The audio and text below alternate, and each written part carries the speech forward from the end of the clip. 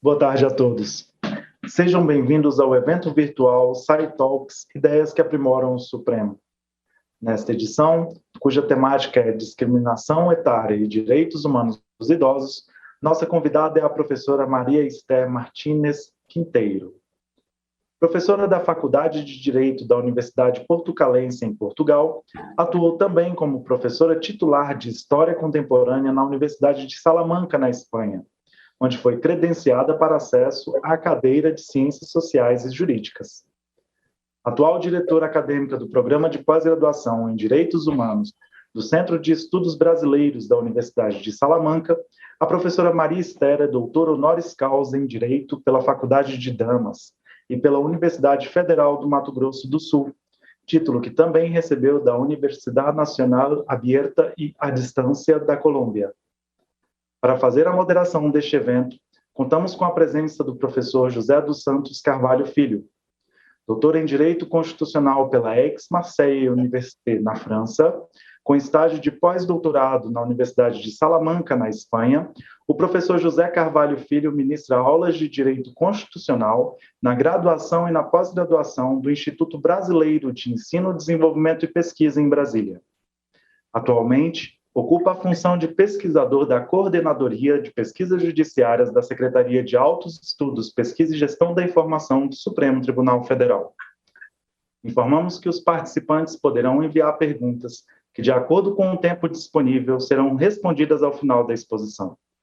As questões deverão ser encaminhadas pela ferramenta de perguntas e respostas da videoconferência, identificada com a sigla QIA, e serão repassadas ao mediador ao longo do evento.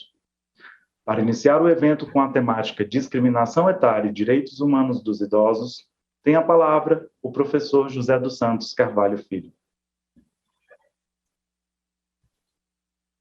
Olá, boa tarde a todas e a todos. É uma grande satisfação para mim ter sido convidado para moderar esse evento, organizado pela Secretaria de Altos Estudos e a Coordenadoria de Pesquisas Judiciárias do Supremo Tribunal Federal.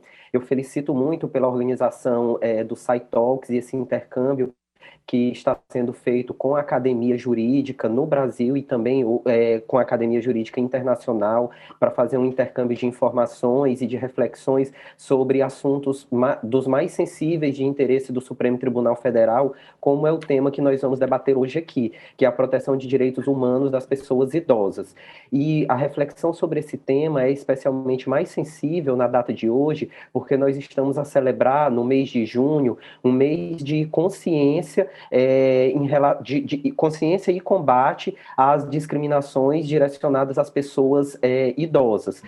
A gente celebra um Dia Mundial de Combate às Discriminações às Pessoas Idosas, no dia 15 de junho, e diversas ações são promovidas pela ONU e por diversos organismos internacionais preocupados com a proteção dos direitos humanos. Então, é em boa hora que a gente discute esse tema com uma convidada muito especial, que é a professora Maria Esther Martínez Quinteiro. Eu fico muito feliz em poder moderar esse debate com ela, que é uma pessoa que foi muito importante na minha formação acadêmica e na minha formação enquanto pessoa também, e que eu tenho certeza que hoje vai colaborar bastante para as reflexões de cada um de nós que estamos aqui para ouvi-la hoje. Então, sem mais delongas, eu já cedo a palavra à professora Esther, que vai nos contemplar com uma palestra sobre a proteção de direitos humanos da população idosa. Professora, a senhora está com a palavra. Muito obrigado por estar aqui conosco. Muito obrigado.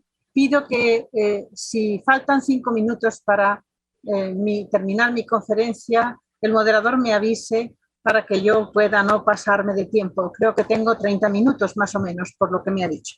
Buenas tardes, Brasil. Buenas noches, España.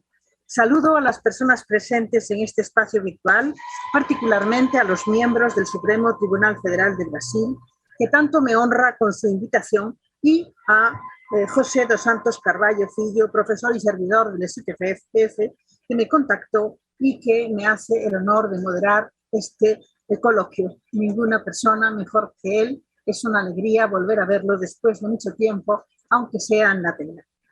Voy a comenzar explicando por qué entendí que podía ser de interés para el auditorio hablar de un tema que empieza a recibir atención, pero que dista de ser suficientemente tratado y atendido tanto por las organizaciones internacionales como por los académicos, los legisladores, los políticos, los jueces de los diferentes estados del planeta, incluidos el Estado brasileño, el suyo, y el Estado español, el mío. La importancia de los tradicionalmente olvidados e injustamente discriminados y maltratados idosos, o si queremos utilizar el término internacional propuesto por la ONU, personas mayores o simplemente mayores, radica en un conjunto de circunstancias nada baladíes. Primero, estamos ante un colectivo muy numeroso y en crecimiento, al que los presentes o pertenecemos ya, como es mi caso, o acabaremos perteneciendo, como ocurrirá con la mayoría de las personas que me escuchan y que no se dan cuenta muchas veces de que velar por los derechos de sus mayores es velar por los suyos en el futuro. La vejez nos va a llegar a casi todos. Por tanto, la suerte de las personas mayores será en un momento dado, si no lo es todavía, la nuestra. La suerte de este colectivo creciente tiene implicaciones económicas múltiples. No todas negativas, ni mucho menos. Las hay muy positivas.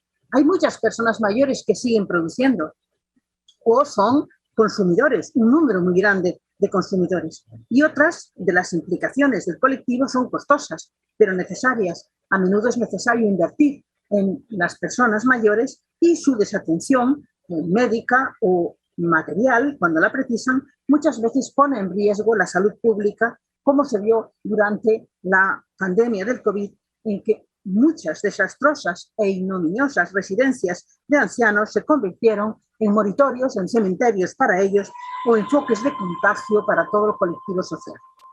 Este colectivo está cumpliendo importantes funciones sociales y es soporte económico en el seno de muchas familias que utilizan a los idosos tanto cuando los son útiles para el cuidado de los nietos como para lucrarse o apoyarse en sus pensiones, pero los aparcan y los abandonan cuando ya no los necesitan, cuando son una carga o cuando simplemente pretenden apropiarse de sus viviendas o de sus bienes. En esto estamos viendo casos escalofriantes en España y en otros países. Es decir, muchas veces el que el anciano tenga una vivienda va a ser una desgracia para él porque la necesidad de esa vivienda va a provocar su expulsión o su arrinconamiento en residencias o su incluso abandono en hospitales.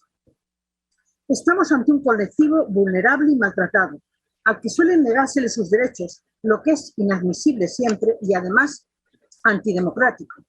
La reacción a este estado de cosas ha llegado tarde.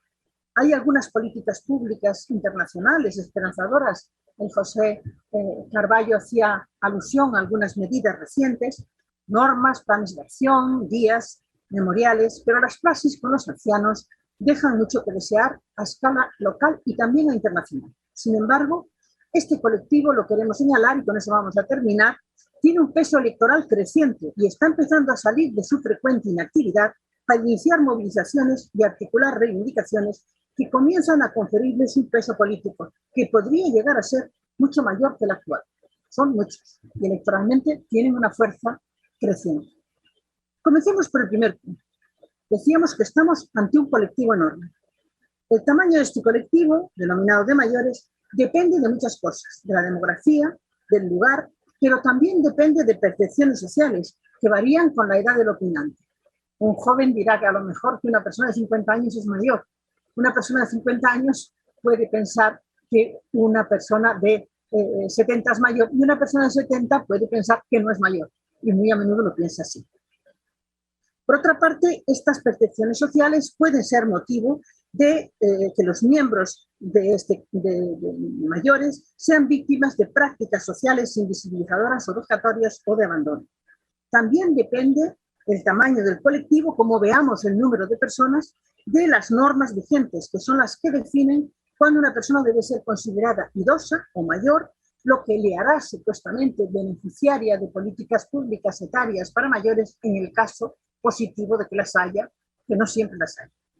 Según la Organización Mundial de la Salud, que está siendo la organización que se ocupa más de estas cuestiones de las personas mayores, a mí me preocupa que sea la Organización Mundial de la Salud la que sobre todo tenga la encomienda de ocuparse de regular, de decidir, de promover y de orientar a los estados del mundo acerca de cómo hay que tratar a los mayores. Porque eso quiere decir que si es la Organización Mundial de la Salud la que trata de los temas de mayores en primer plano, aunque no sea la única organización, es porque a los mayores se les considera enfermos.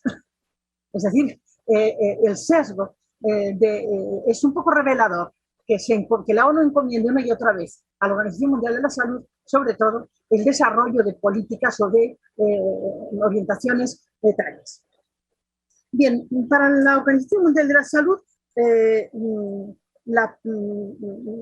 todo individuo mayor de 60 años se le llamará de forma indistinta persona de la tercera edad. Es el término que se utiliza también en España, personas de la tercera edad.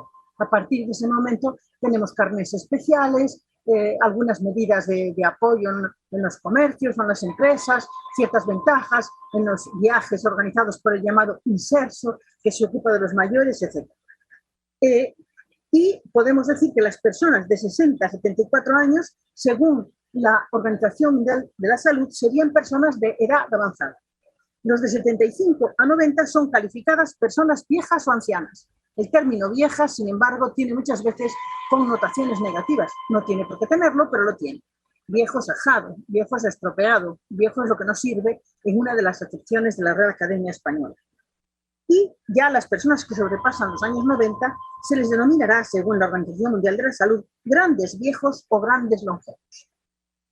Las Naciones Unidas distinguen entre países desarrollados y países en desarrollo para decidir qué es lo que tiene que ser, cómo hay que considerar el momento en que una persona llega a ser mayor. En los países desarrollados, según la Organización de las Naciones Unidas, serían mayores las personas de más de 65 años. Y en los países en desarrollo serían considerados mayores las personas de más de 60 años. Sin embargo, la ONU reconoce que esta es una clasificación aleatoria y que no existe una persona mayor típica. No sabemos bien qué es lo que es ser una persona mayor, porque hay personas de 80 años o incluso mayores que están saludables, que tienen una actividad importante. No olvidemos que hay dirigentes mundiales que son muy mayores, que son octogenarios, ¿verdad? Y están ahí. Pensemos en Biden, por ejemplo, y es el presidente de los Estados Unidos. Y sin embargo, hay personas mucho más jóvenes que no pueden desarrollar ningún tipo de tareas o que están en unas condiciones saludables de deterioro considerable. La diversidad que se aprecia en la vejez no es una cuestión de meramente azar, ni siquiera genética siempre. En gran medida se debe a los entornos físicos y sociales en que se encuentran las personas, porque el entorno influye en sus oportunidades y en los hábitos relacionados con su salud. La relación que mantenemos con nuestro entorno viene determinada por las características personales como la familia en la que nacimos, nuestro sexo, nuestra etnia, y eso da lugar a grandes desigualdades en la situación de las personas mayores a partir de una determinada edad. La mundialización, los avances tecnológicos, por ejemplo, el transporte y las comunicaciones, la urbanización, la migración y los cambios en las normas de género influyen en la vida de las personas mayores de formas tanto indirectas como indirectas. Una respuesta adecuada debe hacer balance de estas tendencias y tenerlas en cuenta en las políticas públicas. A menudo se da por supuesto que las personas mayores son frágiles o dependientes o que constituyen una carga para la sociedad. Los profesionales de la salud pública, así como la sociedad en general, deben hacer frente a estas actitudes edadistas, este es el término que se utiliza en la ONU, el edadismo, ya que pueden dar lugar a situaciones de discriminación y a afectar a la formulación de políticas y a la creación de oportunidades para que las personas mayores disfruten de un envejecimiento saludable. Vayamos a las cifras de personas mayores que hay en el mundo en este momento. Según datos, de nuevo, de la Organización Mundial de la Salud, ya digo que es el organismo que prioritariamente, no el único, pero que prioritariamente se ocupa de los mayores, entre todas las personas viven en este momento más que antes. Es decir, siempre ha habido personas longevas, siempre ha habido personas mayores en todas las épocas de la historia, pero actualmente la mayor parte de las personas tiene una esperanza de vida superior a los 60 años. Hoy, cuando se nos va un amigo antes de esa edad o un familiar, sentimos que se ha ido joven. No es normal que se muera antes, ¿verdad? Las personas sobrepasan los 60 años. Y esto está ocurriendo en todos los países del mundo. Entre el año 2020 y el 2030, el porcentaje de habitantes del planeta que tendrán más de 60 años aumentará en un 34%. Es brutal la cifra, ¿verdad? Tendremos un 34% más de personas de más de 60 años. En la actualidad, el número de personas de 60 años o más supera ya al de los niños menores de 5 años. Es decir, hay más personas mayores de 60 que niños de 5, que niños de hasta 5. Y en el año 2050, el número de personas de 60 años o más será superior al de los adolescentes o jóvenes de 15 o 24 años de edad. Es decir, tendremos más personas mayores de 60 que jóvenes entre 15 y 24 años. Esto va a tener unas consecuencias enormes. En el año 2050, cerca del 65% de las personas mayores vivirán además en países de ingresos bajos o medianos. No es solamente en los países desarrollados donde esto se va a producir. Se va a producir también en los países de ingresos bajos o en los países de ingresos medianos. Así, todos los países se enfrentarán a retos importantes para garantizar que el sistema acoja adecuadamente a las personas mayores, los arrope con condiciones que impidan su envejecimiento, que no depende solamente de los fármacos o solamente de los hospitales, depende también de lo que se llama el envejecimiento activo. Las personas que tenemos la fortuna de poder trabajar después de los 70 años, estamos más sanas intelectualmente y físicamente que las personas que no lo hacen. Y sin embargo, nos obligan por la fuerza a jubilarnos y somos muy pocas las personas que, como yo, tienen el privilegio de seguir activas a punto de cumplir, como estoy yo, los 76 años. Somos pocas las personas en España y muy pocos los profesores que lo logran. Es una fortuna. En el año 2030, 1 de cada 6 personas en el mundo tendrá 60 años o más. En este momento, el grupo de población de 60 años o más habrá subido de 1.000 millones de personas en 2030 a 1.400 millones. Y en el año 2050 serán 2.100 millones de personas. 2.100 millones de personas son muchas personas, ¿verdad? 2.100 millones de personas. Y además ya decía que no solamente esto va a ocurrir en los países de ingresos altos, va a empezar a ocurrir también en países de ingresos bajos y medianos. En 2050, 2/3 de la población mundial de más de 60 años vivirá efectivamente en países de ingresos bajos y medianos, que tendrán que aceptar este desafío y que tendrán que resolver este desafío con bajos recursos. Según la ONU, la esperanza de vida al nacer pasó de 64 años en 1990 a 72,6 años, casi 73, en 2019. Y alcanzará globalmente, son cifras estadísticas, son medias, ¿verdad? Por tanto, hay países en que esto puede no ser tan significativo como en otros, pero globalmente se pasará de los 77 años en 2050. En 2050 la mayor parte de la población pasará de los 77 años. La población está creciendo, pero también envejeciendo. Y no solo, ya digo, en los países ricos, sino en los pobres. Insisto en esto, porque esto va a tener consecuencias.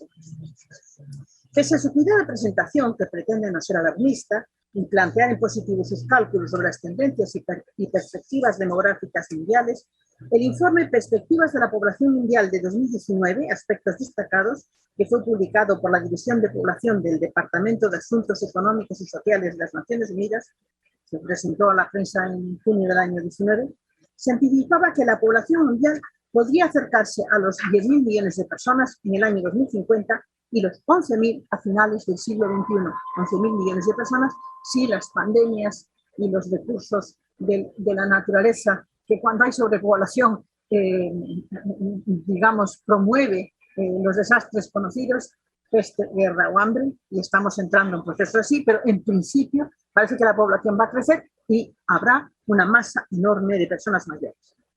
¿Qué ocurre en el caso de Brasil y en el caso de España? Puesto que estamos hablando para estos dos colectivos.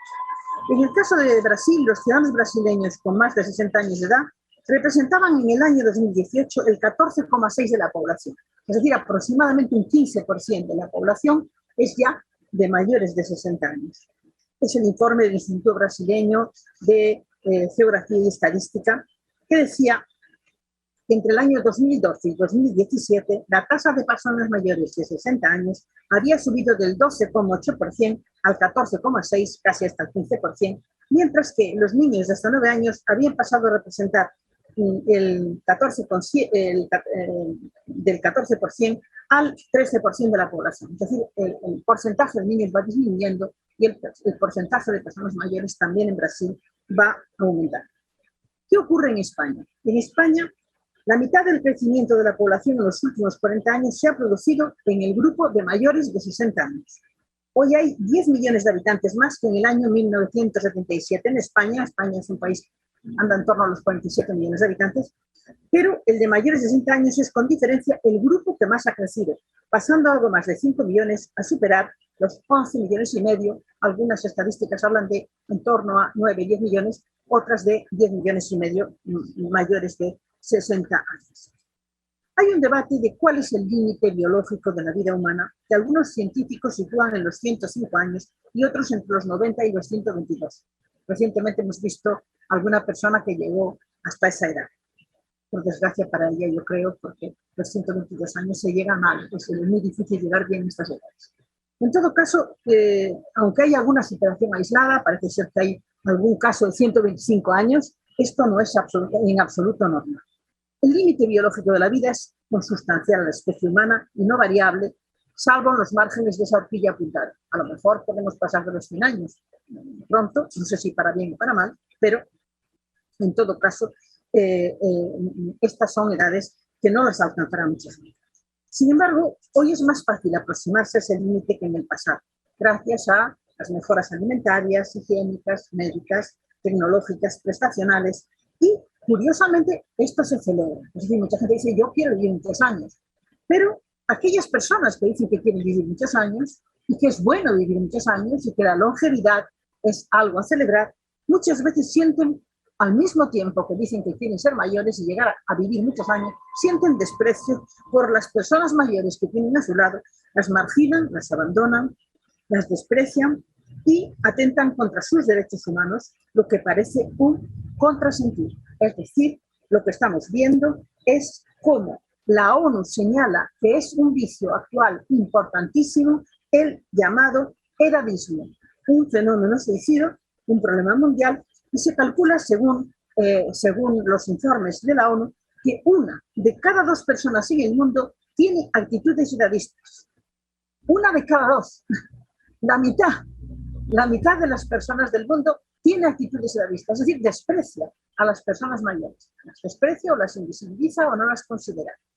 Y eso va a empobrecer, eso va a tener un impacto en la salud física y mental de esas personas, además de reducir su calidad de vida, y cuesta al año, según la Organización Mundial de la Salud, miles de millones de dólares a la sociedad. El edadismo tiene un costo económico, según la Organización Mundial de la Salud, altísimo. Las raíces de este fenómeno son plurales y en buena parte culturales, aunque también coyunturales. Es casi un lugar común que en las sociedades industriales es el rol productivo el que confiere valor y es su pérdida la que marca el inicio de la vejez del hombre y lo devalúa socialmente. La afirmación con frecuencia reiterada de que en este tipo de sociedades el umbral de la vejez se adelanta de facto para las mujeres puede ser poca matizada a veces, pero también es verdad. En las mujeres, curiosamente, la pérdida de su capacidad reproductiva es señalada como una causa de vejez. La menopausia es señalada como una causa de vejez. Esto es completamente absurdo.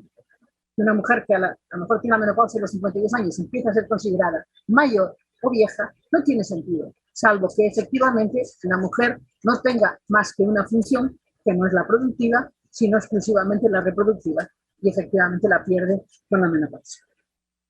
Bueno, vamos a ver cómo frente a esta situación hay escasas políticas públicas. El discurso internacional ha prestado poca atención a las cuestiones de la vejez, salvo el derecho a los seguros de vejez, que ya aparece tempranamente en la Declaración Universal de Derechos Humanos, en el artículo 25.1, se habla de los seguros de vejez. Pero la ONU se va a despreocupar de aprobar un instrumento jurídico vinculante, o por lo menos declarativo, de amparo específico para las personas mayores.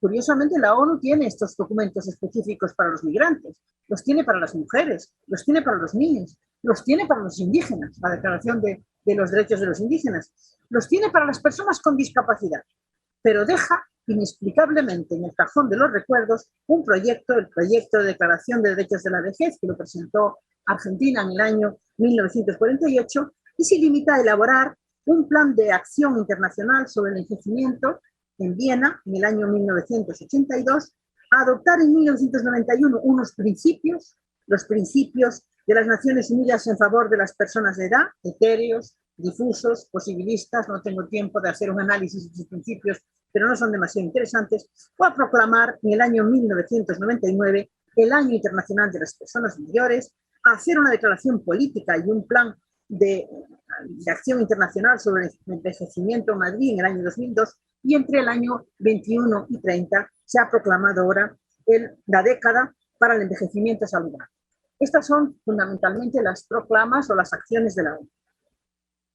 Durante un tiempo, y esto conviene que lo hagamos notar, cuando se definió el derecho humano a la no discriminación, todos conocemos los textos del derecho a la no discriminación, ¿verdad? Pues cuando se proclama el derecho a la no discriminación, y singularmente en la Carta Internacional de los Derechos Humanos de la ONU, compuesta, como es sabido, por la Declaración Universal del 48 y el Pacto Internacional de Derechos Civiles y Políticos y el Pacto Internacional de Derechos Económicos, Sociales y Culturales, aprobados en 1966 y en vigor desde 1976, en todos estos textos se omitió, entre los supuestos explícitos de discriminación incompatibles con los derechos humanos nominados en estos documentos, la no discriminación por razón de edad. No aparece. Cuando se dice no se puede discriminar y se dan una serie de motivos, no aparece el derecho a la no discriminación por razón de edad, supuesto que por fin va siendo ya más frecuente en documentos tardíos como la Convención sobre la Mujer del año 1979, la Convención sobre la Protección de todos los trabajadores migrantes y sus familias de 1990 o la Convención de las Personas con Discapacidad del año 2006. Estas ya incorporan la prohibición de la discriminación por edad. Pero hay que llegar a estos años 70, 90, para que la ONU introduzca dentro de los supuestos de no discriminación que tienen que ser señalados, no introduce la no discriminación por razón de edad. Protege a los niños, pero no habla de la protección de las personas mayores. Esto es bastante significativo. Es, como digo, bastante inquietante esto, y también que, como ya apunté, sea la Organización Mundial de la Salud aquella a la que se le encomiendan las directrices para realizar políticas etarias a nivel mundial. ¿Por qué? Porque la Organización Mundial de la Salud no puede elaborar textos vinculantes. Puede elaborar recomendaciones, pero no puede hacer un convenio, no puede elaborar normas de carácter vinculante. Por tanto, si es la Organización Mundial de la Salud la que se va a ocupar de las políticas etarias internacionales, eso quiere decir que esas políticas etarias van a ser orientativas o recomendaciones, pero no van a tener fuerza jurídica. Hay cosas todavía más inquietantes. Por ejemplo, que esta Organización Mundial de la Salud pretendiera, en junio del año 2021, hace un año, incluir la vejez como una enfermedad en la clasificación estadística internacional de enfermedades y problemas de salud relacionados, en su 11ª edición prevista para enero del 22. Esa propuesta descabellada, la vejez es una enfermedad, ha desatado una oleada de críticas no solo entre las personas mayores, sino también entre expertos diversos. Entre otros, el Comité Latinoamericano del Caribe se apresuró a advertir en la declaración de ese comité que, con motivo del Día Internacional de Toma de Conciencia sobre el Abuso y Maltrato de la Vejez, que categorizar la vejez como enfermedad reforzaría la discriminación etaria. Yo no estoy enferma. Voy a cumplir 76 años, pero no estoy enferma. No soy una enferma y no quiero ser considerada una enferma. Cuando me enferme sí, pero ahora no, porque me encuentro muy bien. No es razonable que me catalogue la Organización Mundial de la Salud por tener cerca de 76 años como enferma. Es notorio también que el convenio del que fundamentalmente echa mano Europa para proteger los derechos de los ancianos, no hay un convenio europeo específico. Tenemos recomendaciones, planes, grupos de trabajo de la UE, de la OCDE, de la Comisión Económica de Naciones Unidas para Europa, que alientan políticas públicas etarias, pero no tenemos un documento en Europa que proteja los derechos de los ancianos. ¿Y saben de qué echamos mano? De la Convención Internacional sobre los Derechos de las Personas con Discapacidad, aprobada en 2006 por la ONU y en vigor desde el año 2008. Es decir, cuando queremos proteger a los ancianos, tenemos que tomar la Convención Internacional de los Derechos de las Personas con Discapacidad. Yo no tengo de momento ninguna discapacidad, digo yo, pero es que es absurdo que tengamos que echar mano de este documento porque no tenemos otro. Esta es la solución jurídica de Europa por antonomasia para la compleja problemática de la vejez e induce a pensar que los mayores son fundamentalmente discapacitados. Pero esto no es verdad, sobre todo si tomamos el término mayor a partir de los 65 años. Imagínense ustedes la cantidad de miles de millones de personas de más de 65 años como para ser considerados discapacitados. Es también llamativo que los objetivos del milenio no se ocuparan de las personas mayores, o que los muy prolijos objetivos de desarrollo sostenible que tanto gustan en Brasil y en la Academia Brasileña, seguro que a José Carballo muchas veces se le plantean estos objetivos de desarrollo sostenible. Bueno, pues estos objetivos de desarrollo sostenible que fueron articulados en 2015 para desarrollarse en el año 2030 no le prestaron atención a las personas mayores más que en algunos aspectos muy puntuales o tangencialmente. De modo que los expertos tienen que deducir de los objetivos generales que nadie se quede atrás, el que las personas mayores también tienen que ser tenidas en cuenta en el momento de que se desarrollen estos objetivos. Explícitamente, sin embargo, apenas el objetivo 2 propone poner fin a la malnutrición de varios colectivos. Entre ellos mencionan entre otros colectivos a las personas de edad. Es decir, el objetivo 2 sí dice que no puede haber malnutrición de una serie de colectivos, entre ellos las personas de edad. Y el objetivo 11, que desarrolla el comúnmente conocido como el derecho a la ciudad, requiere facilitar a las personas mayores transportes y acceso seguro a espacios públicos y zonas verdes. Es todo lo que dicen los objetivos de desarrollo sostenible sobre las personas mayores, que tienen que comer y que tienen que acceder a espacios públicos y zonas verdes. Es tremendo, ¿verdad? Es tremendo, porque estos objetivos están continuamente mencionados. El comentario al respecto de la parquedad de estas únicas menciones explícitas obtenidos por los mayores en los ODS fue efectuado por Christian Curtis, un funcionario del Alto Comisionado de las Naciones Unidas para los Derechos Humanos que integra el equipo que trabaja sobre derechos humanos en la Agenda 2030. Y Christian Curtis muestra su perplejidad. Estas menciones, ciertamente bienvenidas, dice, dan lugar a algunas observaciones si las consideramos con actitud crítica. La primera consiste en preguntarse por qué las personas mayores son mencionadas explícitamente en 3 metas y no en otras. Da la sensación de que no existe una razón consistente que permita explicar esto. La segunda observación es que las 3 metas no coinciden con las reivindicaciones más importantes de las personas mayores.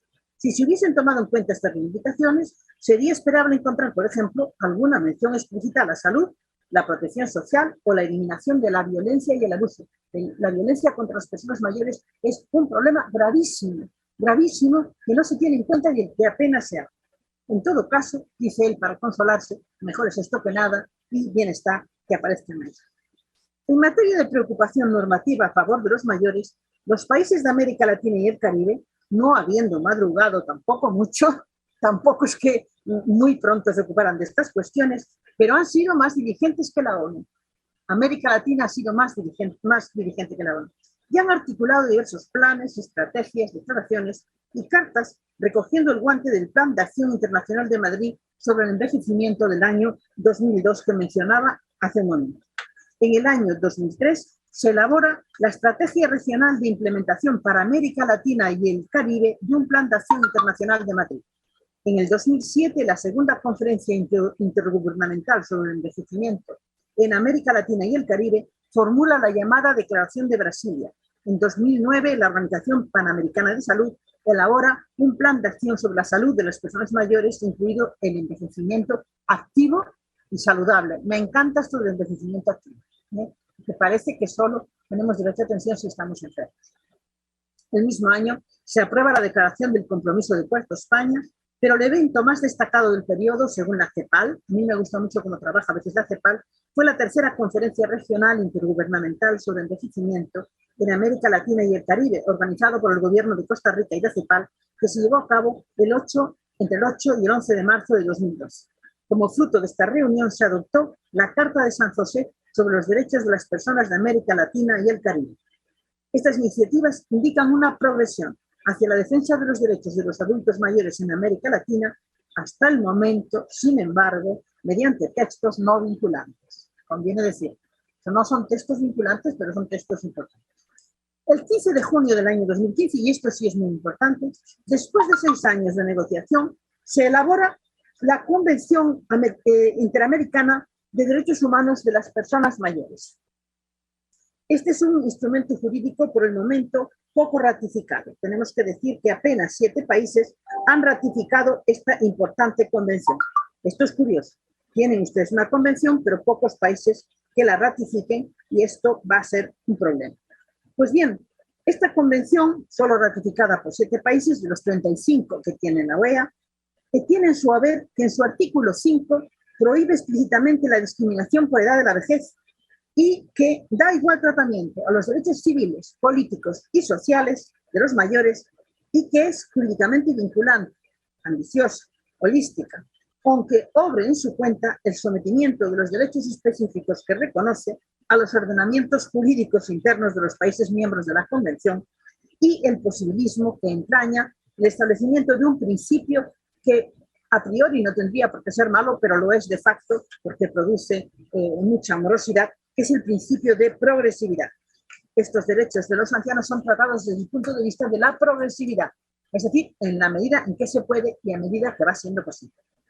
Ciertamente este principio ha acompañado usualmente, esto lo hemos hablado mucho, José Carballo y yo en ocasiones, ¿verdad?, como el principio, los derechos sociales en general han sido tratados desde el principio de progresividad, mientras que los derechos civiles y políticos son imperativos desde el primer momento. Los derechos sociales, económicos y culturales quedan sometidos a este principio y esto también hay que decirlo para la Convención sobre las personas mayores de América Latina. La ONU, como único organismo global de protección de los derechos humanos, debiera como mínimo seguir los pasos de América Latina más pronto que tarde. Es decir, ha ido más deprisa América Latina que la ONU, la OEA que la ONU. Pero realmente lo que ha hecho en los últimos tiempos no ha sido demasiado. Lo que hizo la Asamblea General de las Naciones Unidas, lo apuntábamos hace un momento, fue declarar el periodo 21-2030 para la década del envejecimiento saludable y pedir a la Organización Mundial de la Salud, el organismo que se preocupa de las personas mayores, que ya vimos que en el año 2021 quiso además tratar la vejez como una enfermedad, y pedirle que se ocupe de promover vidas más largas y saludables. La década tiene su base en una estrategia o plan de acción mundial de la Organización Mundial de la Salud sobre el envejecimiento y el Plan de Acción Internacional de Madrid, y es un apoyo para el cumplimiento de la Agenda 2030 para el Desarrollo Sostenible y los Objetivos de Desarrollo Sostenible. Yo tengo que reconocer que soy un poco escéptica, y más en la situación de COVID y guerra que estamos viviendo y de desastre climático, soy un poco escéptica acerca del cumplimiento de los Objetivos de Desarrollo Sostenible. Parece que se van a cumplir peor que los Objetivos de Desarrollo del Milenio, estamos demasiado absortos en la crisis energética, en la crisis climática, en la crisis pandémica, en problemas muy acuciantes, y no me parece que este plan de acción mundial sobre el envejecimiento esté dando resultados inmediatos notables. Bien, dice la ONU que a las personas mayores se las percibe cada vez más como elementos que contribuyen al desarrollo. Si bien es verdad que muchos países van a encontrarse con presiones fiscales y políticas debidas a las necesidades de asistencia sanitaria, pensiones y protección social de este grupo de población aún. La verdad es que en este momento es rigurosamente falso lo que dice la ONU sobre que cada vez más se percibe a las personas mayores como contribuyentes al desarrollo. Esto no es verdad, no se las percibe así, porque el deber ser y el ser no son la misma cosa. No hace falta más que llegar a la edad de jubilación, que convierte a los afectados de muchas profesiones y países en improductivos por la fuerza, que reducen su poder adquisitivo y su calidad de vida, para que las familias y el entorno empiecen a mirarlos con impaciencia o con descendencia infantilizadora y irrespetuosa. Y que en muchos sitios tienen que llamar abuelos a las personas mayores. Yo soy abuela, pero yo no quiero que una persona desconocida me llame abuela. No es lo que me caracteriza profesionalmente o socialmente. Me parece muy bien ser abuela, estoy encantada de serlo, pero yo no quiero ser llamada hola abuela. No, perdona. Yo no te digo hola mamá, hola papá, hola hermano. No, te digo lo que sea, pero no es. Y no digamos las personas aparcadas en las residencias o asilos, a veces con su aquiescencia y su voluntad, a veces contra su voluntad. Hay personas mayores que han sido incapacitadas por dejar los fuegos encendidos en la cocina. Han sido incapacitadas por la familia. Han sido metidas por eso en una residencia a la fuerza. No quieren estar. Están protestando, pero están allí. Es terrible. Y muchas veces estas personas son llevadas a estos asilos diciéndole no, tienes que cuidarte, en casa te vas a caer, en casa estás mal. Y esa familia que las lleva a las residencias o asilos después se queda con la casa. Después se mete en la casa. A veces las llevan a los hospitales. Y cuando quieren volver a su casa ya no es suya. La ha ocupado un sobrino, la ha ocupado un hijo. Esto es terrorífico. ¿Qué está pasando? Podrán ser los establecimientos dedicados a hospedar a los mayores, excepcionalmente, y en el mejor de los casos, de lujo, o al menos materialmente confortables en cuanto a instalaciones. Esto ocurre cuando la persona mayor tiene un alto poder adquisitivo, seguramente. Pero eso no es garantía del trato más adecuado. Otras veces, aunque la familia disponga de recursos, estos espacios son misérrimos, insalubres y mal controlados. Muchos de estos aparcaderos han desvelado sus múltiples y a veces letales desaciertos, falta de empatía, carencia de personal médico especializado en suficiencia con motivo del COVID. Ayer escuchábamos en la televisión cómo en una residencia de mayores hace tiempo que le estaban dando agua con barro a las personas mayores, no tenían agua en condiciones, estaban con gastroenteritis, la mayoría de los ancianos, había sido denunciado y no hubo una inspección hasta fechas muy recientes que se encontraron con que el agua que se le estaba dando estaba enfermándolos. Y nadie hacía nada. Estas cosas ocurren muy a menudo, no son tan excepcionales en las residencias de ancianos. No funcionan nada bien. Vamos a ver los comportamientos en Brasil y España con respecto a las personas mayores.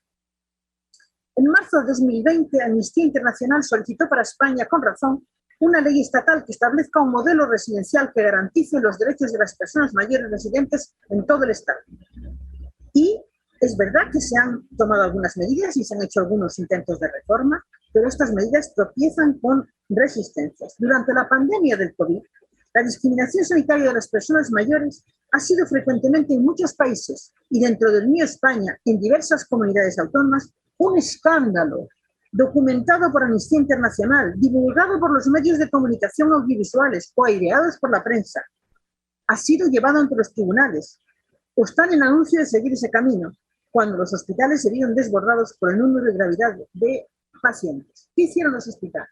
Sotoboche o por circulares decidieron que había que elegir a los más jóvenes, pero no se podía hospitalizar a los mayores.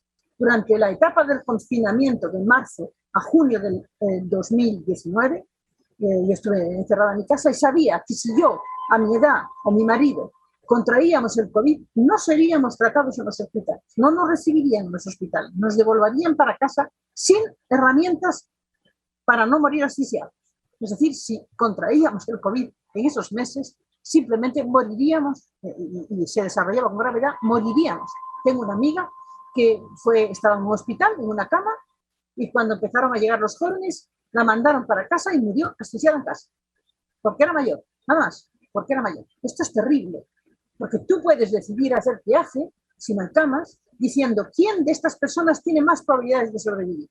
Pero no qué edad tienen, sino quién tiene más probabilidades de sobrevivir. Es decir, esta persona que es joven, tiene muchas enfermedades colaterales y esta persona que es mayor es saludable y puede vivir todavía muchos años, no tengo por qué elegir al joven que a lo mejor tiene enfermedades muy graves y no va a poder sobrevivir sobre el mayor simplemente por ser mayor. Eso se llama discriminación etaria y eso es horrible para las personas mayores, que en muchas residencias se dijo no podéis ser derivados a los hospitales. ¿Y saben lo que se hizo en estas residencias? Se les encerró en las habitaciones con llave. Se les pasaba la comida en un momento. Se les tenía envueltos en susetes con las ventanas abiertas, asfixiándose, y muchas veces en residencias llenas de muertos que nadie quería recoger por el COVID. Así estuvieron muchas residencias. Esto fue horrible y no ocurrió solo en España. En España se supo porque hay denuncias, y muy graves, pero no ocurrió solo en España. Este tipo de cosas no pueden ocurrir. Amnistía Internacional ha relacionado la denegación del derecho a la salud de las personas mayores en España durante la pandemia con la década de recortes sanitarios y sociales que arranca de la crisis del 2008 y que tiene lugar en el curso de la misma durante el segundo gobierno socialista de Zapatero y los dos gobiernos de Rajoy. Es decir, tanto los socialistas como el PP recortaron como consecuencia de la crisis las infraestructuras sanitarias, y cuando llegó el COVID fueron las personas mayores los preferidos. Estos son los frutos del edadismo del que hablábamos antes. Un poco más tarde, la ONU y sus agencias, tras hacer referencia a los costos económicos y sanitarios del edadismo en Estados Unidos y Australia, donde existen estudios al efecto, faltando muchos más, Pedían que se actuara con urgencia contra esta laja y que se realizaran evaluaciones e informes sobre el problema con miras a revelarlo como lo que es, una sigilosa pero devastadora desgracia para la sociedad. Era hora, como era también, que alguien dijera lo que por fin dijo hace más de un año, en marzo del 2021, con motivo del informe sobre el edadismo, Michelle Bachelet, alta comisionada de las Naciones Unidas para los Derechos Humanos. El edadismo debe ser entendido como una violación de los derechos humanos profundamente arraigada. El envejecimiento de la población está a punto de convertirse en una de las transformaciones más significativas del siglo XXI, con consecuencia para todos los sectores de la sociedad, entre ellos el mercado laboral, financiero y la demanda de bienes y servicios, viviendas, transportes, protección social, así como para la estructura familiar y los lazos intergeneracionales. ¿Qué futuro tenemos? Y con esto voy terminando. Decíamos que no hace falta más que llegar a la edad de jubilación para que los afectados empiecen a sentir la mirada del entorno. Deja de sonar el teléfono, dejas de tener importancia, dejan de saludarte como antes, salvo que estés aquí, salvo que tengas la fortuna, como yo, de estar aquí. Pero el trato cambia completamente en el entorno. Y los hijos empiezan a decirle a los padres lo que tienen que hacer. Papá, tú no tienes que salir de paseo, porque te viene mal. Tú quédate en casa. Mamá, tú estás aquí para cuidar a los nietos. ¿Por qué tienes que trabajar? ¿Quiénes son los hijos para decirle a los padres lo que tienen que hacer? ¿Son sus padres o son sus hijos? Esto es muy frecuente. Papá, mamá, tú tienes que hacer esto o lo otro, porque eres mayor. La verdad es que nos vamos a encontrar con que no queda más remedio que cambiar todo el sistema de autonomía y atención a la dependencia y todo el sistema de residencias y todo el sistema de atención a las personas mayores que deberían tener servicios sociales que los atendieran en sus casas, servidores, asistentes sociales que los atendieran en sus casas y que no obligaran a salir de ellas, salvo que fuera imprescindible. Las personas mayores no están bien en sus casas, no están bien fuera de ellas. Pero hay intentos de negociar. Y la verdad es que estos intentos de negociar no han funcionado bien.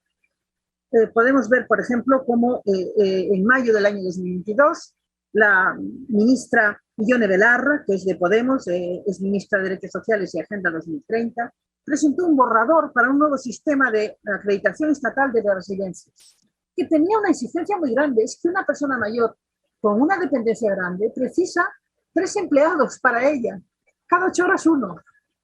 Es carísimo, pero los precisa. 3 empleados. Y las comunidades autónomas le dijeron que estaba loco, que dónde iba a salir el dinero. Y las patronales pusieron el grito en el cielo. De ninguna manera querían que las infraestructuras fueran las necesarias para atender adecuadamente a estos ancianos que están ya con un elevado problema de incapacidad.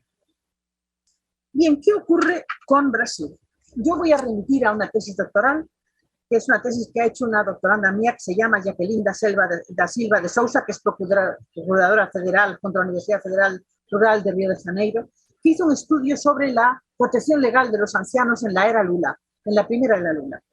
Lo leyó el 21 de octubre del 21 y investigó la legislación protectora de los ancianos en Brasil, así como por su transversalidad las políticas públicas que se dirigían a ellos durante el periodo de gobierno de Lula da Silva, entre el 2003 y el 2010.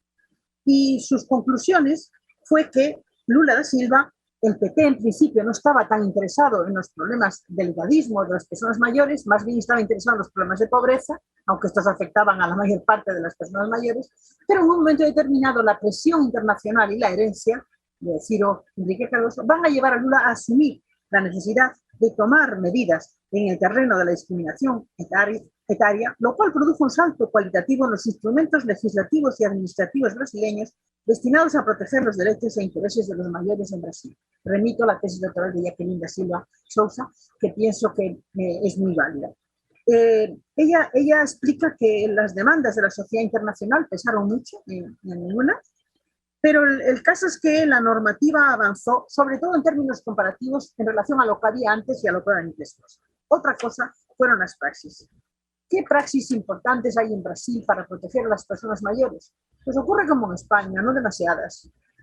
Podemos hacer referencia quizá a estas medidas de la época, son legislativas fundamentalmente de la era Lula, pero después se ha hecho poco.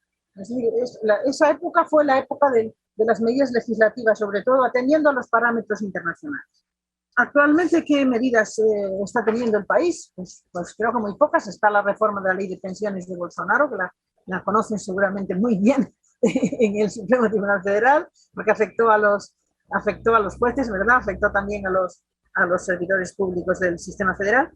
Pero esta reforma pues tiene un talante neoliberal, mantiene una diferencia entre hombres y mujeres en la edad de jubilación. A mí es algo que no me gusta. ¿Por qué las mujeres se van a jubilar a los 62 años y los hombres a los 65? Yo no entiendo por qué tiene que haber diferencia de edad entre la jubilación de mujeres y hombres. ¿Qué diferencia hay entre una mujer de 62 y un hombre de 65? ¿Por qué tiene que jubilarse antes ella? No se entiende muy bien la edad mínima de jubilación. Y la verdad es que esa reforma del sistema de jubilaciones pues es una reforma que fue presentada como redistributiva o como igualitaria, en el sentido de que las pensiones más altas serían, sobre todo de los servidores federales, serían equiparadas a las pensiones más bajas, pero tampoco va a resolver el problema de los... Bueno, vamos a hablar muy brevemente, voy a plantear muy brevemente lo que entiendo que es el futuro de la situación de las personas con mayor edad. Entre los años 70 y 90, diversos movimientos sociales supieron que el reclamo de los derechos humanos tenía un potencial legitimador nada despreciable y presionaron a la ONU para que elaborara herramientas jurídicas, declaraciones o convenios específicos incardinados en el discurso de los derechos humanos. Y así surgieron una serie de medidas favorables a los feministas o incluso a los grupos LGTBI, aunque no llegaron a tener un convenio vinculante, pero hubo ciertas medidas y ciertos textos. Solo excepcionalmente las personas mayores han sido capaces en el pasado de unirse para reivindicar derechos por sí mismas, pero probablemente en contextos similares al de la normalización de la protesta como el que hubo en España en la crisis del 2008 con el gobierno Zapatero, vamos a tener sorpresas. Y voy a recordar algo que está ocurriendo en España que es muy interesante y que podría también ocurrir en otros países pronto, porque estos movimientos generalmente son transnacionales. No se quedan en un país, pasan a otros y probablemente Brasil acabará teniéndolos, aunque creo que por el momento yo no los conozco, por lo menos, tal vez los haya, pero no los conozco. ¿Qué está ocurriendo actualmente en España? En España el movimiento de pensionistas está de repente siendo potentísimo. Salen a la calle, hacen manifestaciones a montones los pensionistas. En segundo lugar, los pensionistas han organizado un movimiento que obedece a un eslogan. Soy viejo pero no tonto. Soy mayor pero no tonto. De modo que no me tratas como si fuera tonto. Yo recuerdo hace muy poco, y esto es una anécdota que me permito para el tribunal, porque yo suelo hablar con mucha naturalidad delante de las cámaras, que me pasó en la peluquería no hace mucho. Me estaba lavando la cabeza, me estaba lavando la cabeza a la peluquera, y me dijo, ¿usted trabaja? Digo, yo sí. Y me dijo, para entretenerse. Y yo le dije, ¿tú trabajas para entretenerte? ¿Me estás lavando la cabeza para entretenerte? No, porque me pagan y vivo de eso. Yo también. Le dije, yo trabajo porque me gusta ser productiva y me gusta vivir a mis expensas y no expensas de los demás, ni de los hijos, ni de nadie. Quiero vivir a mis expensas, por eso trabajo, no para entretenerme. Estas cosas las oímos todos los días. Es terrible, ¿eh? Es terrible. Bueno, ya veo que te entretienes. A mí me irrita profundamente cuando ven que me entretengo. Yo no me entretengo, trabajo. Y trabajo mucho, trabajo más que nunca. Y estoy encantada de poder trabajar. Pero estas personas mayores ahora reivindican también una serie de cuestiones. Por ejemplo, ¿qué están reivindicando los movimientos españoles? Son personas muy mayores que salen a la calle y gritan. Están reivindicando que los bancos dejen de tratarlos mal. ¿Qué están haciendo los bancos? Suprimen sucursales, lo digitalizan todo. Y las personas muy mayores, por lo general, salvo que pertenezcamos a la academia, no manejan bien las plataformas digitales. De modo que las personas mayores no son capaces de manejar los sistemas digitales que les impone el banco. Y los bancos suprimen sucursales y lo obligan a hacer todo digital. Las pobres personas mayores se vuelven locas. Piden formación digital y piden a los bancos atención personal.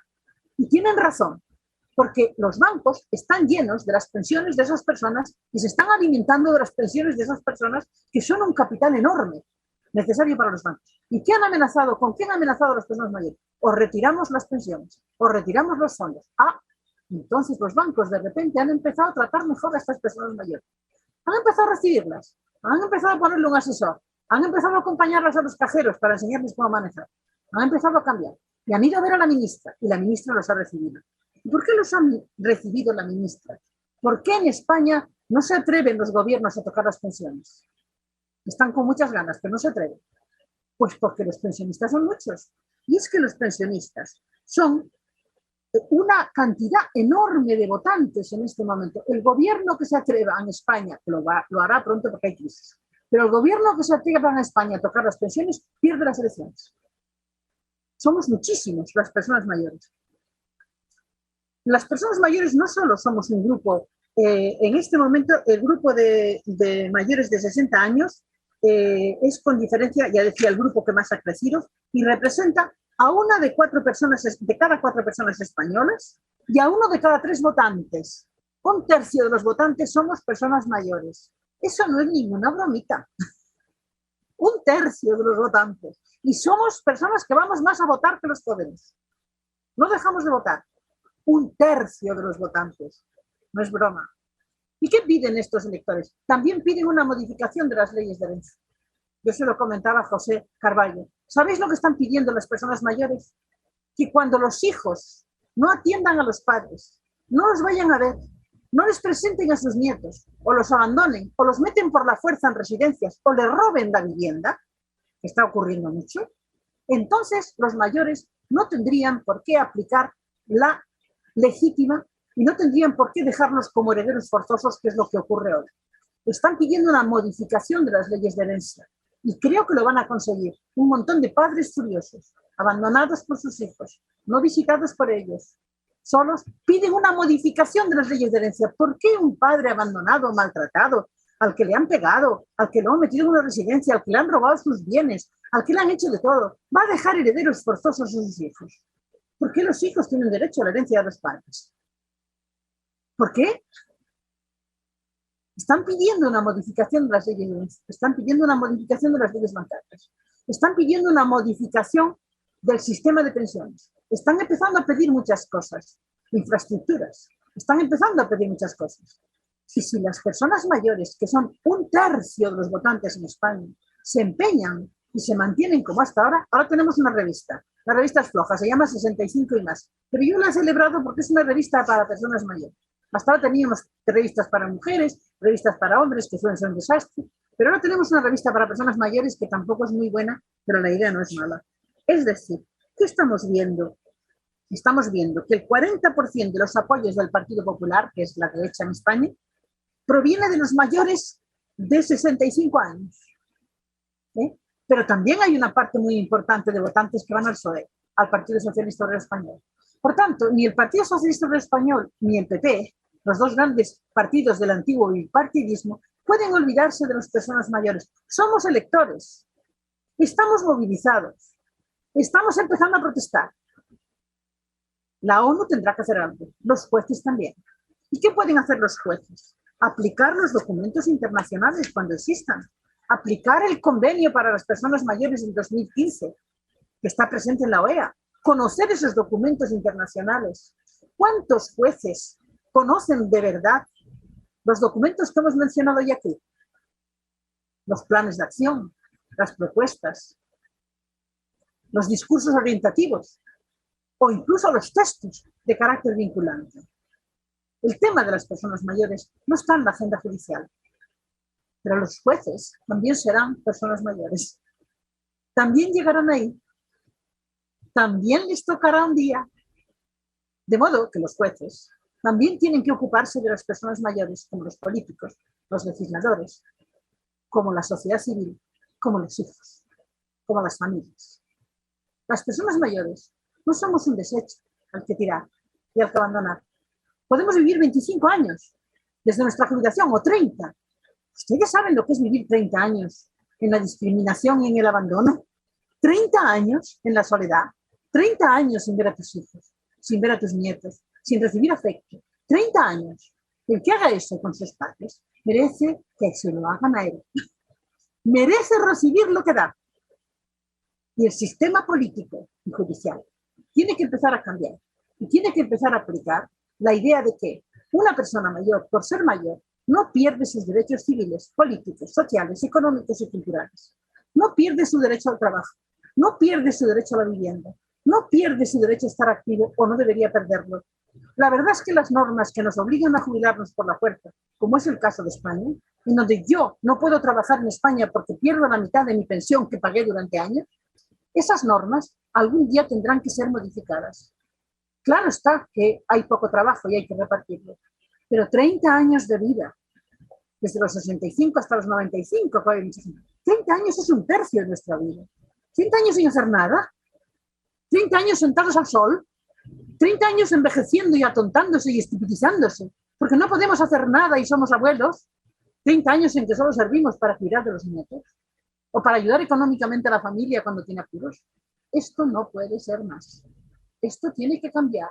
Esto es un problema mundial gravísimo, que cada vez va a ser más grave y que va a tener repercusiones económicas, electorales, sanitarias, que si no se resuelven van a ser suicidas para toda la sociedad. Ven cómo era un tema importante. Ven cómo es un tema que no es secundario. ¿Y cuántas de las personas que me están oyendo han pensado alguna vez en los derechos humanos de los idosos? Porque pensamos en los de las mujeres, pensamos en los de los niños que están viviendo, pensamos en los de los discapacitados. Señores, ¿por qué pensamos tanto en los derechos de los discapacitados y no en los derechos de los idosos? Que somos un colectivo enorme y lleno de problemas. Claro que los discapacitados son importantísimos, claro que sí, pero es que no lo son también los idosos. ¿Por qué se les olvida? ¿Por qué se les margina? ¿Por qué la judicatura no piensa que el idoso que llega hasta él haciendo una reclamación es una persona llena de dignidad, que tiene los mismos derechos a conservar su vivienda, por ejemplo, que una persona joven? Tenemos que cambiar las cosas. Muchas gracias. Muito obrigado, querida professora Esté, por sua palestra, por nos incitar a refletir sobre esse tema tão sensível para as nossas sociedades. É um tema, como a senhora mesmo fala, que é do futuro porque a nossa população dos países ativos adequados. Voy a cortar mi micrófono porque vulnerável. E a sua palestra nos mostra um pouco medidas que devem ser adotadas por esses países. Por exemplo, a senhora refletiu um pouco sobre a aposentadoria compulsória, em que é um ato em que o próprio Estado atesta que determinada pessoa, ao atingir determinada idade, está incapacitada para continuar na atividade. E uma vez que ela se afasta dessa atividade, ela fica mais ociosa e tende a ficar ainda mais excluída socialmente. Então, esse é um problema que me parece muito grave, porque é uma decisão estatal, é uma decisão consciente dos estados que acaba excluindo esse coletivo vulnerável. Aqui no Brasil, professor Esté, apenas no ano de 2022, esse ano, no primeiro semestre, o nosso Ministério da Mulher, da Família e dos Direitos Humanos registrou mais de 35 mil agressões a direitos humanos contra a população idosa. E isso é uma tendência a se reduzir e aumentar significativamente, não só no Brasil, mas também no mundo, em razão do envelhecimento populacional. É por isso que urge que a gente reflita sobre temáticas como essa. Nós recebemos muitas perguntas aqui, muitas reações do nosso público, diante do adiantar da perguntas para formular para a senhora. E uma das primeiras perguntas que é feita, na realidade essa é uma pergunta minha, não foi feita pela população, mas eu queria que a senhora compartilhasse um pouco como foi a experiência no enfrentamento da pandemia de Covid-19 nos países europeus, porque a gente acompanhou aqui do Brasil uma situação drástica que aconteceu inicialmente na Itália e depois também na Espanha, em que houve uma superlotação dos hospitais e não tinham condições de receber mais pessoas, e aí as primeiras pessoas que foram privadas de um tratamento adequado e efetivo foi a população idosa, que é uma população que está mais vulnerável ainda. E aí uma segunda pergunta que foi feita pela Alessa, com respeito a um cruzamento de vulnerabilidades, porque é um reflexo da nossa sociedade, e todas as vulnerabilidades que a nossa sociedade ocorrem também em relação às pessoas idosas, as pessoas negras idosas. E aí eu queria saber, professora, a sua opinião sobre a situação da era idosa nessa conjuntura. Es que cerré el micrófono porque interfería y se oía muy mal, se oía con interferencias. No sé si mi conferencia se escuchó bien o se escuchó también con interferencias, pero ahora había muchas interferencias. Puede ser la hora también. Bien, ya he explicado que realmente la población idosa fue maltratada de una forma terrorífica durante el COVID. Es decir, en el fondo, los idosos fueron abandonados. Fueron tan abandonados que, y esto ocurrió en las residencias públicas y en las privadas, en las comunidades gobernadas por el PSOE y en las comunidades gobernadas por el PP, gobernadas por la derecha y por la izquierda. Y se hizo triaje, es decir, en muchas de estas comunidades se dio la orden de que no se derivase a los hospitales a los mayores de 70 años. No que se viese si tenían posibilidades o no, que no se derivase a las personas a los hospitales, de modo que fueron dejados morir. A veces en las casas, hubo gente que murió sola en las casas, sin poder ver a nadie. Y hubo gente que murió en las residencias y se acumularon los muertos en las residencias y hubo un momento en que hubo que llamar al ejército porque ni siquiera las funerarias querían ir a buscar a los muertos de las residencias, porque las residencias de ancianos era una zona de peste, era una zona de enfermedad. Los cuidadores se escaparon no los cuidaban a estos ancianos. Hubo ancianos gritando dentro de las habitaciones: déjame salir, por Dios, déjame marchar. Y limpios, envueltos en sus heces en las camas. Muchos murieron en las condiciones peores. Realmente fue trágico el tratamiento de las residencias, de la mayor parte. Hubo algunas residencias que no, pero la mayor parte de las residencias ancianos, y hoy hay muchísimas reclamaciones judiciales.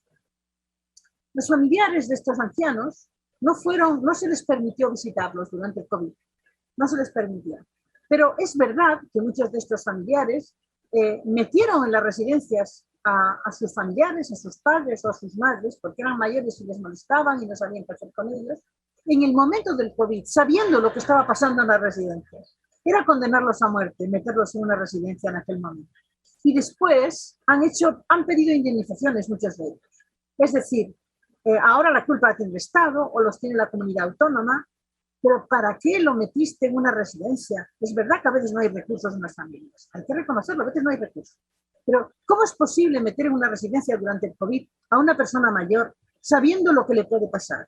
No se puede hacer eso es inhumano. Hay que hacer el esfuerzo extra que sea durante la pandemia para que eso no ocurra. Yo ya sé que es muy difícil, a veces las personas no tienen recursos, pero durante la etapa de confinamiento las personas estaban en sus casas, no es que tenían que trabajar, estaban en sus casas porque no podíamos trabajar. Y tampoco se cuidó durante ese tiempo. Algunas familias retiraron a sus familiares, otras no. Quiero decir que tanto las familias como las residencias, como el Estado, absolutamente maltrató a estas personas mayores. Y no ha habido más denuncias porque son culpables todos. Es decir, comunidades autónomas de derecha, comunidades autónomas de izquierda, también las autoridades políticas del gobierno. El vicepresidente tenía como función, que era de Podemos, tenía como función atender a las residencias de ancianos y no atendió. Entonces, realmente, el trato que se dio a los ancianos durante el COVID fue horrible y murieron más de 30.000 ancianos en las residencias. Fue horrible el trato que se les dio. La mayor parte de los muertos de COVID son ancianos, son personas mayores. Murieron en unas condiciones además horribles, de mucho sufrimiento, sin cuidados paliativos, sin ayuda, sin aparatos. Murieron en unas condiciones horribles. Entonces, el edadismo hizo estragos y hay que reconocer que en ese momento estas personas son pensionistas y esto produjo una cosa horrible, produjo un ahorro a la seguridad social de pensiones enorme. Estos 30.000 muertos son 30.000 personas que tenían que ser mantenidas mediante pensiones. Claro, no digo de ninguna manera que esto fuera a propósito, no estoy diciendo eso, claro. Pero lo que produjo esas muertes fue ahorro. Y ahora mismo que Ione Belarra intenta cambiar el modelo de residencias y lo quiere cambiar, y tiene razón, yo no soy una fan de Ione Belarra, no, de esta ministra yo no soy una fan, pero reconozco que esta medida era muy razonable, el plan de residencias. Y cuando ha propuesto unos cambios que cuestan dinero, no, en los viejos no compensa invertir dinero, no compensa. Yo conozco personas mayores a las que se les negó operaciones de cataratas, ahora ya no se está haciendo, simplemente porque eran mayores. ¿Y para qué quiere ver, doña Mercedes, si usted tiene 90 años? Pues mire usted, quiero ver porque es lo único que puedo hacer ya, mirar. Si no tengo ni ojos, ¿qué soy yo? Con 90 años y sin poder ver. ¿Cómo no me opera usted de cataratas porque me queda poco? Me queda poco, pero quiero ver. Eso no puede ser. Entonces, realmente el COVID puso a prueba todo el sistema etario y demostró que efectivamente se estaba discriminando a los mayores.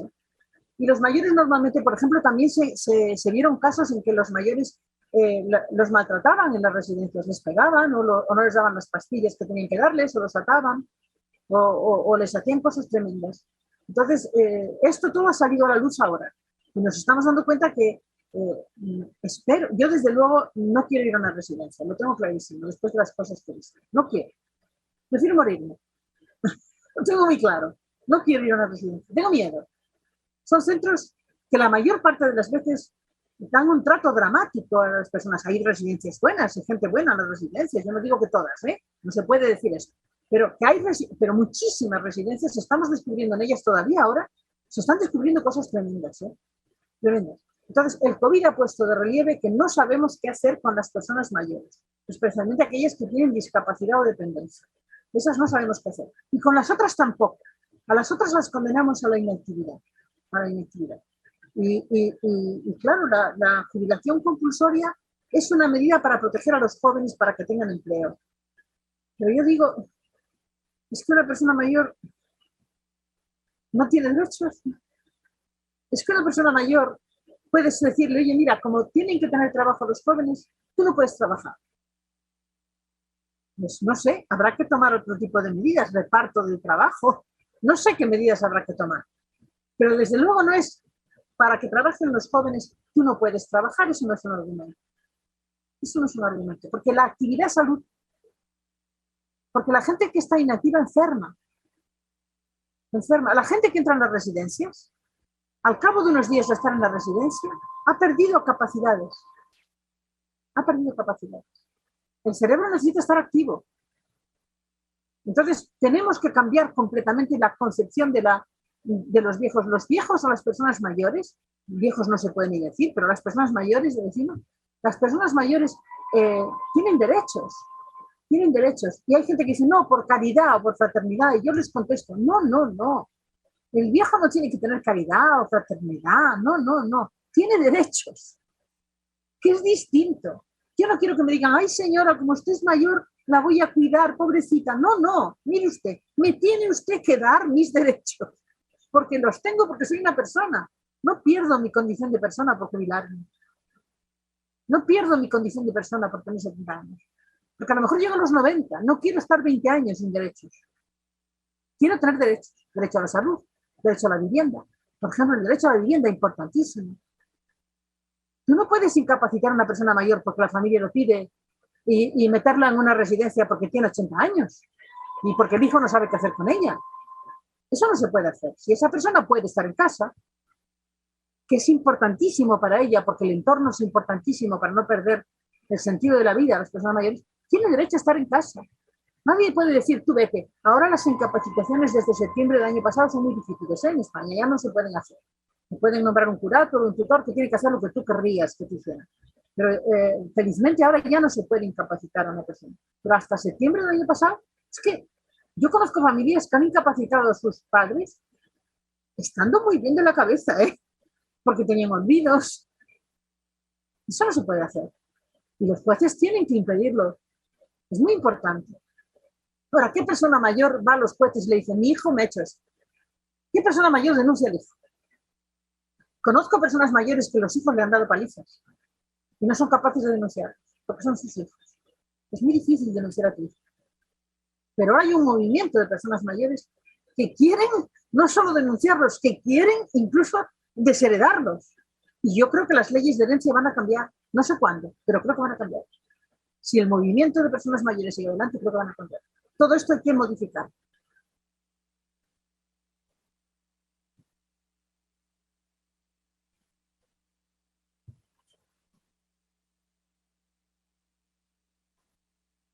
Perfeito, professora. o professor José Carvalho, ele teve um problema com a conexão de internet, por isso que até ficou um pouquinho cortado no início, mas eu gostaria aqui não só de agradecer, mas de incluir mais uma pergunta feita pela nossa estagiária, Alessa. Bom, eu sou Olivia Guimarães, sou coordenadora de pesquisas judiciárias aqui do Supremo Tribunal Federal, dentro da Secretaria de Altos Estudos, Pesquisas e Gestão da Informação. Foi um prazer enorme ouvi-la, né, de uma enorme sensibilidade e, ao mesmo tempo, de uma enorme força, né, ouvir falar da importância da luta pelos direitos das pessoas idosas, né, isso realmente traz para a gente uma visão, isso é uma visão de futuro, né, porque o futuro é que todos nós cheguemos, né, à maioridade, então é entender como garantir os direitos nossos, de todos, né, para o futuro. Então, realmente, de uma sensibilidade, de uma força, de uma urgência, né? A gente, quando nós pensamos em idade ou na maioridade, a gente sempre pensa no longevo, no quão distante está, e por isso a gente acaba não necessariamente querendo resolver, ou como a senhora colocou muito bem durante toda a palestra, né, não colocando isso como um problema de todos diante dos nossos olhos. Então, realmente é muito urgente. E eu fiquei também pensando, e já entro em seguida na pergunta, mas eu fiquei pensando quanto a pandemia da Covid-19, e a senhora falou isso inúmeras vezes também ao longo da sua palestra, o quanto a pandemia acaba reforçando todas aquelas desigualdades e discriminações que já são cometidas, né, ao longo do estado normal das coisas, né? E com o relato da senhora e com, né, essa palestra em especial, nos mostra também como, no caso específico da Espanha, da Europa, mas a gente conseguiu enxergar isso, por ser uma pandemia global, a gente conseguiu enxergar isso muito globalmente, o quanto os idosos sofreram enormemente também nessa pandemia, né? Então, a pandemia traz aos olhos essa discriminação, essa situação de discriminação. E aí, entrando na pergunta da Alessa, que também eu achei interessantíssima, que é essa aluna, ela diz, professora, acredito que quando trata-se de discriminação etária, é interessante uma perspectiva de gênero, e a senhora comentou muitíssimo também em sua palestra. Ela diz, nós mulheres vemos recorrentemente o receio de se falar a própria idade, às vezes não por não querermos sermos vistas como velhas. Sempre penso comigo o quão triste é isso, já que envelhecer, na verdade, é a marca de que vivemos. E eu adicionaria, né? É a marca da experiência vivida, né? Nesse sentido, como a senhora percebe as diferenças entre a discriminação etária contra as mulheres? E aí, se eu puder adicionar um ponto, professora, o quão é difícil e fácil ao mesmo tempo, né? O difícil é olhar de forma interseccional aqui, idade e gênero, e o quão forte bate essa discriminação em específico. Se a senhora pudesse, então, comentar um pouco sobre a interseccionalidade entre idade, discriminação de idade e de gênero. Muito obrigada, professora. Hay una interseccionalidad no solo entre edad y género, también entre edad, etnia, raza, clase. Es decir, no las mujeres que tienen recursos propios son discriminadas porque es la propia familia la que ayuda a esa discriminación y el propio sistema. Pero ciertamente no es lo mismo tener recursos que carecer de recursos, porque entonces estás condenada a la peor de las suertes. Las mujeres, en muchos sistemas, por ejemplo, ocurre como en Brasil. ¿Por qué una mujer se puede jubilar a los 62 años en la última ley de pensiones y un hombre a los 65? Bueno, se puede jubilar, me dirán, es la edad mínima, ¿no? Pero puede seguir trabajando, pero va a ser presionada por el entorno para jubilarse. Por ejemplo, es que en esta casa hay un señor mayor que hay que cuidar, jubílate porque ya puedes jubilarte porque tienes 62 años. Mira, le dice el marido a la mujer, mi mamá necesita cuidados y yo estoy casada contigo y tú te puedes jubilar y yo no, jubílate tú. Y yo digo, ¿y por qué no la cuidas tú, que es tu mamá? No es la mía, ¿verdad? Hombre, es mi suegra y la quiero, porque yo a mi suegra la quería mucho. Y la cuidé cuando la tuve que cuidar, encantada. Pero el hijo es el que tiene que cuidar a su mamá y a su papá, o a su papá más todavía. Es decir, ¿por qué es la nuera la que tiene que bañar al suegro? Que hasta hay un pudor y una diferencia. ¿Por qué? ¿Por qué no lo baña el marido? ¿Por qué lo baña la mujer? Entonces, una edad diferente de jubilación va a producir una presión social muy fuerte sobre la mujer para que se jubile. ¿Para qué? Para cuidar a los nietos. Hay mucha gente que considera que una mujer de mi edad debe estar jubilada y debe estar ayudando a la familia y a los nietos. Y yo digo una cosa, si tus nietos lo necesitan, porque tienen hambre, porque tienen sed, porque están enfermos, porque sus padres no les pueden atender, a mí me parece que toda ayuda es poca. Es decir, yo estaré siempre disponible para aquellos miembros de mi familia que me precisen realmente. Ahora bien, si los papás están bien sanitos, porque es la abuela la que tiene que llevarlos al parque, llevarlos al colegio, llevarlos al coche y trabajar todo el día para cuidar a esos nietos. El hecho de ser mujer hace que la función de género de cuidado lleve a una doble discriminación, la que tuvo en la doble jornada durante la etapa en que trabajó y la que tiene a partir del momento de la jubilación, en que va a trabajar, va a seguir trabajando mientras sea útil y los niños crezcan, porque después va a ser arrumbada y va a ser abandonada. Es terrible. Ya no sirves, ya estás muy vieja, vete para la residencia, deja espacio a tus hijos, que nuestro piso es pequeño, no seas egoísta, vete de casa. Esto es terrible, ¿no? Entonces, el ser mujer, la idea de que tenemos una función de cuidado que es nuestra y que no es de los hombres, eso sigue pesando muchísimo hoy y sigue pesando muchísimo en el tratamiento que se da a las mujeres mayores. Las mujeres mayores no dejan de trabajar, no dejan de limpiar la casa, no dejan de atender a los nietos, no dejan de atender al marido, no paran de trabajar. Yo oigo a muchas señoras de mi edad quejándose. Vino mi nuera y me dejó todo sucio y no me limpió nada. Yo tengo que estar limpiándolo todo, estoy harta, no quiero salir aquí, me voy a marchar de vacaciones, yo no aguanto a la familia. Es terrible. ¿Por qué una persona, por qué una mujer mayor se considera que tiene que seguir siendo el sostén de la familia cuando están sanos los otros miembros? Pueden hacerlo. No es que no puedan, si no pueden es otra cosa, ¿eh? Yo digo, cuando realmente hay una necesidad, hay que estar ahí, siempre, para los que nos necesitan. Pero cuando no la hay, es injusto profundamente, que tenga que ser la abuela. La abuela. Hay una amiga mía que era muy graciosa, que decía una cosa que a mí me hacía mucha gracia. Ella decía que las abuelas, porque ella era abuela, ustedes saben que en España las domésticas que trabajan por horas en las casas se llaman asistentas, las que asisten, asistentas. Y bueno, una persona que no es inteligente se llama tonta, ¿verdad? Entonces ella decía que las abuelas no eran abuelas, eran las asistontas, no las asistentas. ¿Por qué? Porque eran las que asistían cuando no era necesario, las que se quedaban sin ir al cine para que los hijos fueran al cine, las que se quedaban limpiando por la noche, haciendo la comida para toda la familia cuando llegaba, sin parar de trabajar. Entonces la discriminación por razón de género es muy grave. Y también es verdad que se considera vieja a una mujer antes que a un hombre. Yo no sé por qué un hombre de 52 años está en su espléndida madurez y una mujer de 52 años es una vieja. Pues miren, yo tengo 76. Y yo, lo siento, estaré mayor a los ojos de los demás, pero yo me siento estupendamente, no me siento vieja. Me siento muy bien.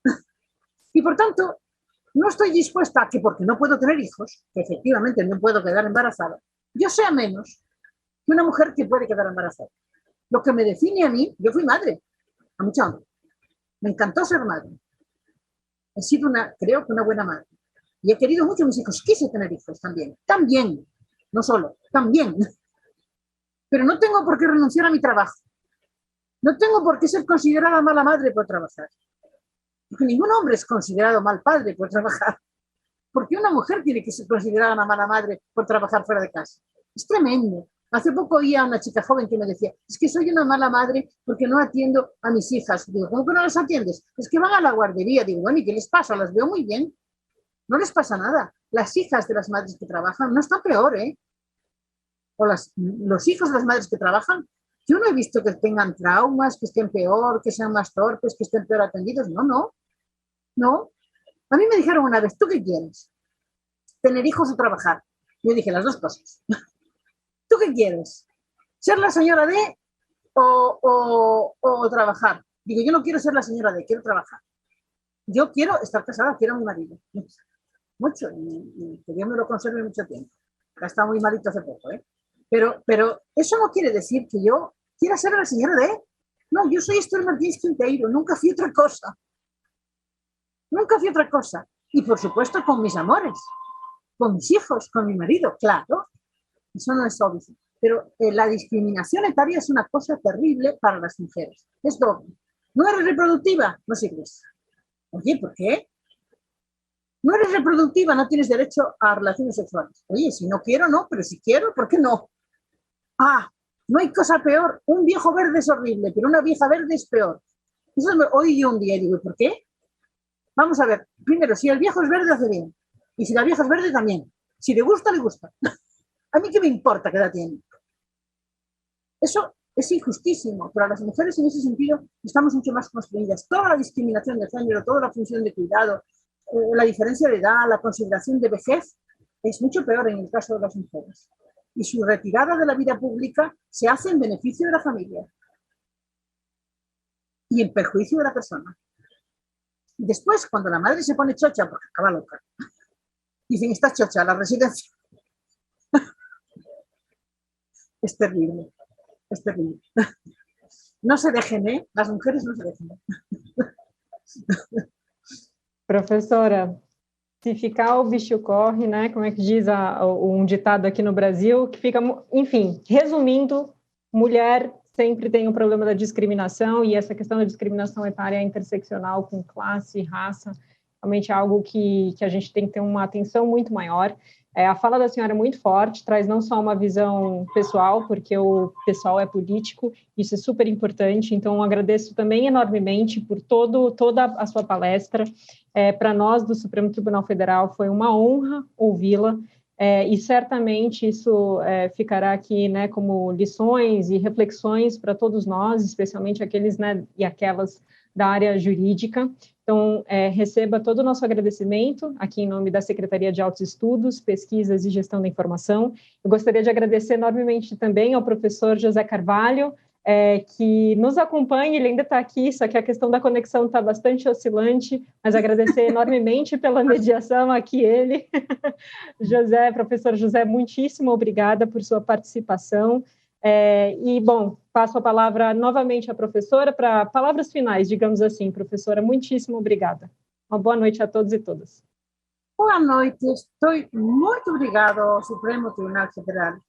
Eu penso que os juízes têm uma função importantíssima na vida, que é trasladar o direito público internacional dos direitos humanos ao ordenamento nacional, aplicar o controle de convencionalidade, aplicar interpretações justas para as mulheres e para os homens idosos. E penso que a judicatura, se quer, pode fazer muitíssimo por cambiar um país.